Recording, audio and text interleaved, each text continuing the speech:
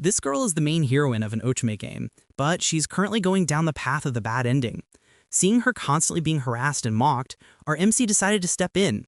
Although he is a nameless noble and doesn't even know how the heroine looks like, he decides to help her win against her harassers. And don't ask me how these three are the main love interest of this Otome game. Okay, I said enough. Don't forget to like and subscribe. Now let's get right into the video. A young man started a story, not knowing what would happen next. He called out to a girl, "You'll catch a cold if you stay here." This meeting would change everything. The girl looked up and said, "Please, don't get involved with me." The story then talks about a game called The Magic of Bonds and the Holy. In this game, a commoner girl named Fine uses holy magic to go to the Royal Magic Academy. Only rich people and royals go there. At school, she makes friends with many boys. After beating the final boss, she marries one of them. It's a typical story where someone poor becomes rich, but it's famous for being sad. The game is known as depressing because of Fine's bad ending. This happens if she doesn't like any of the boys enough by her second year. Then, her holy magic is thought to be dark magic, and she gets bullied a lot. She has to leave the academy and disappears at night. Many people think this ending is the real one. Next, a man named Ash introduces himself. He is Japanese and was reborn into the world of that game. One day after turning 10, he was looking at maps and books for future dungeon adventures. He got excited and said, "I want to explore a dungeon someday." He wondered what the monsters would look like. He knew that even though water was supposed to be their weakness, physical attacks worked better. Confused, he wondered how he knew these things. Then, memories from his past life came back. He realized he was reborn into a low-ranking noble family as the second son, the lowest position. Still, he felt lucky because he wasn't even a small character in the story. Since he wasn't the heir, he could explore dungeons as much as he wanted. But he started to notice that some things were different from the game he remembered. Ash also realized something strange. The character, Ash, doesn't exist in the original game. There was another big problem. No matter how hard he tried, he couldn't remember what the main girl looked like. He wondered which story path the world was on, and even if the girl, Fine, really existed here. Even with this uncertainty, he was sure this was the game world, because he had seen the boys she could end up with at the academy. As the rain got heavier, Ash decided to take a shortcut back to the dorms. But he stopped suddenly, his eyes wide with shock. In a quiet alley, a girl sat still in the pouring rain, looking defeated. Her clothes were torn, and she held her injured arm. She was all alone. Ash recognized her as a student from his school and wondered if she was being bullied. He walked closer and told her, "You'll catch a cold if you stay here." The girl lifted her head, looking tired, and pleaded, "Please, don't get involved with me." She insisted she wanted to stay there. Feeling frustrated, Ash knelt down and, surprisingly, held out his umbrella. He told her to take it. He added, "You don't need to return it," then ran off into the rain. The scene changed to the large dorm building. Ash was in bed with a cold, regretting what he did. He complained that no matter how much he trained, his resistance to illness never got better. He told himself that as long as he didn't cause trouble, he could still graduate even if he missed a few days. A sudden knock on the door made him wonder who it could be, since classes should still be happening. When he opened it, the same girl from the alley greeted him. She said, "Mr. Ash, I came to return your belongings." He asked her, "How do you know my name and room?" She explained that she found his ID card in his jacket pocket. She said she thought about leaving her things with a guard, but decided to bring them herself after learning he was in his room. As Ash's cold got worse, he told the girl to leave quickly so she wouldn't get sick too. Before he could fall, she caught him and helped him stand.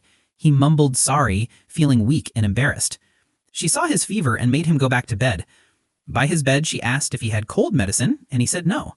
She understood, then asked him to close his eyes and apologized if it felt strange. A soft light came from her hands as she used her magic. Ash felt his sore throat and heavy body get better. After a moment, she gently put her hand on his forehead and said his fever seemed lower. She got ready to leave. Ash quickly stopped her, saying he should pay her back. She replied, "Your gratitude is more than enough, just like I said yesterday." Then her stomach made a loud noise, and she looked away embarrassed, asking if she heard it. Smiling, Ash told her he was about to eat and asked her to join him. She said that a sick person shouldn't cook and insisted on doing it herself. Soon after, she came back with a tray of food, saying it was ready. As she put it down, she admitted she wasn't sure how it tasted. Ash thanked her and said it looked good. After one spoonful, he said it tasted amazing. He offered her a bowl and told her to eat too. She quietly asked if she really could, then accepted and said not to mind her. When she put the warm food to her lips, tears fell from her eyes, but she smiled a little. Worried, Ash asked what was wrong. She explained it was because she hadn't had warm food in a long time. Remembering how he found her in the alley, Ash wondered what had happened to her. They finished the rest of the meal quietly. Afterward, when Ash looked up from the empty pot, he noticed the room was quiet. Turning around, he saw the girl had fallen asleep on the bed. Smiling softly, he thought she had finally relaxed. The next day, the scene changed to a fight. Ash skillfully dodged an attack and won. His friend walked over and said winning 3 matches in a row was great. He was surprised Ash could fight so well after being sick, but Ash told him he felt better than he had in years. Ash thought to himself that his friend was right, remembering how weak he was the day before. He woke up early that morning, left a note and a key for the girl who was still asleep, hoping she would rest. Later in the academy cafeteria, Ash's friend asked what he was having for lunch, then suddenly shared big news. He told Ash that the prince announced his engagement the day before. Ash was surprised. The story explained the prince was the country's second prince and one of the boys in the game. Ash asked who the future wife was, and his friend said if he remembered correctly, her name was Fine. Ash looked uneasy, realizing something was wrong. There was no character named Fine in the game. He asked if she was a duke's daughter, but his friend clarified that she came from a baronet family, just like them. The story explained that students at the academy were in upper or lower classes based on their noble status, so they rarely met. Ash's friend said it was surprising that a royal could connect with someone of such low rank. He added that he heard the girl was immediately moved into an upper class after the engagement was public. He then pointed to some seats, telling Ash to look. There, Fine was shown giving a sandwich she made to the prince, who happily said he would eat anything she prepared. Watching them, Ash's friend noted that the box she used was the cheapest kind from the cafeteria, joking that this must be what people mean by love makes you blind. Later, as Ash and his friend got their own meals, Ash looked for a place to sit. He then saw the same girl from the other night sitting alone at a table and felt relieved that she made it to school safely. When Ash asked if they should sit with her, the friend dismissed the idea, but Ash walked over anyway and greeted her. As she looked up from her tray, another student stepped forward and started insulting her. He called her lowborn and asked how someone of her status dared to attend their academy. Ash immediately recognized the attackers as upper-class students. They wore sleeve holders, badges that showed their rank, while lower-ranked students like her were called sleeveless. The bully kept insulting the girl, calling her a witch, and demanding that people like her disappear. When she ignored him, he got even angrier. He drew his sword and threatened to prove that there was no place for someone like her at the academy. Just as he swung his blade, Ash stepped in, blocking the attack with his own sword and protecting the shocked girl behind him. The bully yelled at Ash, "You idiot! Do you understand what you're doing?" Ash calmly replied, "I'm simply protecting a girl from someone disgraceful." With a quick move, he called the attackers fools and easily disarmed both the bully and his friend. The bully's sword fell to the ground with a loud clang. Ash then sharply kneed the student in the stomach, knocking the air out of him. Standing over the fallen bully, he remarked that he felt refreshed, just as he expected.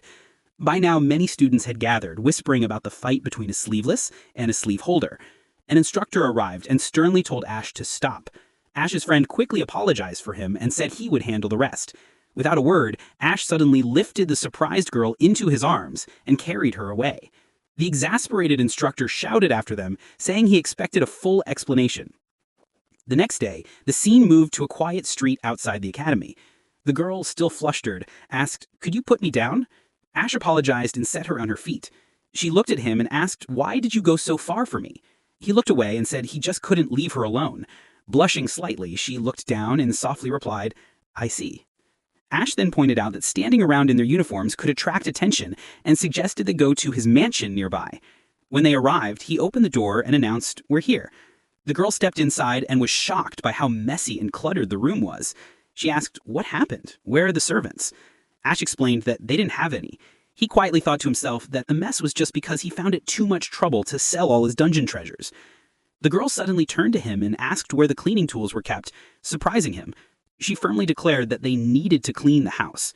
Ash told him that he usually stayed in the dorm, but she pressed him, asking what he would do if he couldn't. After a pause, he told her that the cleaning supplies were probably in the back room. Wearing an apron, the girl cheerfully announced that it was time to start cleaning, assuring him that it wouldn't take long. Looking at the mess, Ash thought to himself that, although it was embarrassing, it was entirely his fault. As they worked, he silently wondered why the slaveholders hated her so much, especially since he knew she was one of them. He kept watching her from a short distance as she cleaned. When she climbed a ladder stool to reach a high shelf, he accidentally noticed her underwear was visible and hesitated about whether to say something. Before he could decide, he saw a large bookshelf start to fall toward her and shouted, "Watch out!" Ash rushed forward and pushed her aside, shielding her as the bookshelf crashed down behind them. She thanked him timidly, but he insisted that it was his carelessness and asked if she was all right. She asked if he was okay, saying that since he protected her, she would make sure he was safe too. As she moved to check for any other falling items, she shyly pointed out that he was still holding her and asked him to let go. He quickly apologized, and she admitted that she wasn't paying attention either. Before she could move away completely, Ash awkwardly admitted that he accidentally saw her underwear earlier. Her face turns bright red as she demands to know why he didn't say anything earlier. Later, the two finished cleaning. One of them remarked how completely different it looks now. She sternly tells Ash to keep the place clean from now on, but he avoids the topic by asking what's for dinner instead. She could tell he was purposely changing the subject, even though he smiled as if nothing had happened. After that, she asked if she could borrow the shower. Ash agreed, but asked if she was really okay using it since it was a man's house. The girl quickly replied that after being carried by him and having her underwear seen, it was far too late to worry about that. Her blunt words left Ash apologizing again, flustered. Even so, she tried to hide her own embarrassment. Her cheeks turned red before she smiled brightly, saying he should forgive him for teasing him and that she didn't actually mind. Then she said she would go take a shower. As soon as she left the room, Ash suddenly froze as realization hit him. Everything came rushing back. He remembered the girl's name, Fine, and understood who she truly was. The heroine of the game. He recalled the light that had shone from her hands when she healed him earlier and recognized it as her unique holy magic, the same ability only Fine could use. Then the truth sank in. The reason upper-ranked students treated her so cruelly was because her holy power was being mistaken for dark magic in this world. A chilling thought crossed his mind. The world might already be heading straight into the bad ending route. The story then explains that this game's bad ending wasn't like the others. When players reached it, the credits didn't roll. Instead, the story forced them to keep going, enduring endless hate and abuse toward the heroine until the common route ended. Even worse, if a player tried to delete their progress midway, they'd lose everything, every item, grade, and unlocked content. This harsh system forced players to suffer through the painful story, making the game infamous for its despair-filled experience. When Fine came out of the shower, Ash was leaning against the wall with a troubled look on his face. He had already realized they were now trapped in that same dark route. Fine thanked him for letting her use the shower, but he told her not to worry about it. Then he asked softly if she was really okay. She lowered her head, a faint sad smile forming on her lips, and asked if he already knew who she was. Ash quickly lied, saying that he had heard rumors about a commoner girl with amazing magic who joined the upper-ranked class during his first year. Inside, he silently apologized for being careless, realizing that those rumors had probably vanished once the bad ending started. Fine smiled gently and told him not to worry. She added that she should be the one apologizing for hiding her name, but Ash replied that he didn't mind. As soon as he said that, he regretted his choice of words. The sadness in her eyes told him he'd made things awkward again.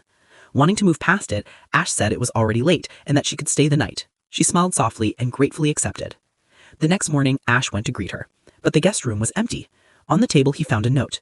In it, Fine apologized for hiding her identity and for the trouble she caused, explaining that she decided to leave immediately. Frustration welled up inside him. Ash slammed his hand on the table, realizing he should have expected this. He remembered the sadness in her eyes that night in the rain. He couldn't stand by and watch her suffer through this tragic route again. Thinking of her bright smile from the night before, he made up his mind. He wouldn't let anyone take that smile away again. Rushing outside, Ash found a large crowd gathered near the academy gates. He wondered what was going on, but his only thought was to find Fine quickly. From within the crowd, he heard a proud voice mocking how commoners couldn't control their behavior. Pushing through the students, Ash froze at the sight in front of him. Fine was standing there, with the prince and the other capture targets. The young men were introduced as David Venus, the finance minister's son, and a genius magician, and Eugene, a master spearman. Together with the prince, they were known as the Four Knights, the academy's most admired students. Standing beside the prince was a noble girl clinging tightly to his arm, glaring at Fine. The girl accused Fine of threatening her and using evil magic on everyone, loudly declaring that she would never allow such a wicked witch to remain at the academy. The other capture targets joined in, calling Fine a witch, a liar, and a thief, saying that people like her didn't belong there. But the prince stepped forward to defend her. He insisted that there's no way a kind girl who once healed all of them could ever be a villain. The crowd gasped at his words. Seeing how the situation was spiraling out of control, Ash stepped forward through the stunned students, calling the entire thing a pathetic farce. He knew that words alone wouldn't be enough. He would have to act. Eugene moved closer to Fine, demanding that she confess to her supposed crimes. But before he could say another word, a heavy rain suddenly began to pour, cutting him off. The sudden downpour threw the captured target into confusion. Someone shouted for everyone to take shelter inside the school building, and another voice called out Fine's name. Ash seized the chance. He grabbed Fine's hand tightly and told her, "Come with me." Sheltered inside from the heavy rain, Ash grimly notes that the downpour isn't letting up. Fine looks down at their still linked hands and quietly asks why he rescued her back in the alley. He looks at her and repeats that he couldn't just leave her alone. He then says that she's walking straight towards her own downfall, and Fine softly replies that it does seem that way. He suggests that they should do something about their drenched clothes, but Fine answers that there's no need. In an instant, her wet clothes and hair dry completely, and she explains that this effect is called a blessing. Ash asks if that's the magic he had heard about, and she confirms it is holy magic, known as blessing, which purifies the body, and that supposedly only she can use it. He gently takes her hands and asks if this magic has any connection to the bullying and the girl who was targeted. He admits it's a lot to ask, but says that to fix the current situation, he needs her to tell him what has happened up to now. After a short pause, Fine agrees to tell him and says it will be a long story, asking if that's all right. Ash says it's fine. Fine begins by saying she has always possessed a strange power. She can heal any wound or illness instantly. Her caretaker mother told her she didn't need to know where the power came from, and a nun strictly forbade her from using it without permission. The young Fine agreed to that rule. She explains that she could only use her gift when her mother allowed it, usually for injuries too severe for potions. She remembers those as peaceful days at an orphanage on the frontier. 3 years earlier, while gathering herbs in the mountains, she found someone gravely injured. Breaking her teacher's rule, she healed him right away. The young man was shocked and asked many questions, saying he wanted to repay her. She replied that she only did what anyone else would do, which only made him more curious about her. As they walked down the mountain together, his interest in her kept growing. A year later, an official arrived with a scroll stating that by special decree, Miss Fine was permitted to enroll in the Royal Magic Academy. Believing she could help many people, Fine accepted and said she would be glad to become a student. Since the academy was meant for nobles, the other students viewed her as odd. The only person who talked to her was a girl who approached her with a friendly smile and introduced herself. Fine says their friendship developed quickly, and she trusted that person enough to reveal her healing ability. Before she realized it, Fine had started following that friend's choices and agreeing with her ideas. Fine says she didn't notice what was truly happening until rumors started to spread. The friend, with tears in her eyes, told others that Fine had threatened her with evil magic, and then used too many potions to heal the prince and his companions, injuries that Fine could have cured herself. By the time Fine understood the situation, it was already too late.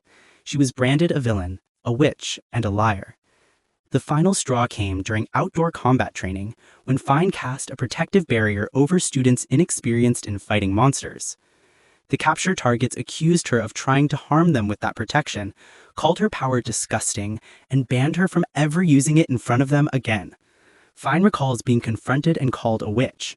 The prince, supported by the other capture targets, said he could no longer tolerate her behavior and ordered her to leave the academy. When she protested that she had done nothing wrong, they threatened to destroy the orphanage where she grew up and told her to leave at once. When Fine came to her senses, she found herself sitting alone in a back alley crying. She ends her story by saying that he was the one who spoke to her there. Ash listens and thanks her for sharing what happened. He thinks to himself that everything unfolded exactly the same way as in the game. He realizes the person she saved had been the crown prince's companion, and that Fine's mother had tried to shield her from the weight of her power. Ash concludes that this means the problem lies elsewhere. He reasons that since the game begins after Fine has healed the capture targets and gained their admiration, someone must have imitated holy magic using potions and deceived them into taking Fine's place. He thinks that such a scheme would be impossible unless the person already knew the world of the game well. Ash decides it's very likely that the other girl is an imposter who used knowledge of the game. Fine thanks him again and says she doesn't want to cause him any more trouble, then starts to leave. Ash stops her and asks if she intends to stay defeated by that friend and her group. He pushes further, asking if she really wants to run away with her tail between her legs. Fine clenches her fist, tears in her eyes, and says she doesn't want that. She says she can't prove her innocence or protect the orphanage. Ash smiles and promises her that he'll help her defeat them.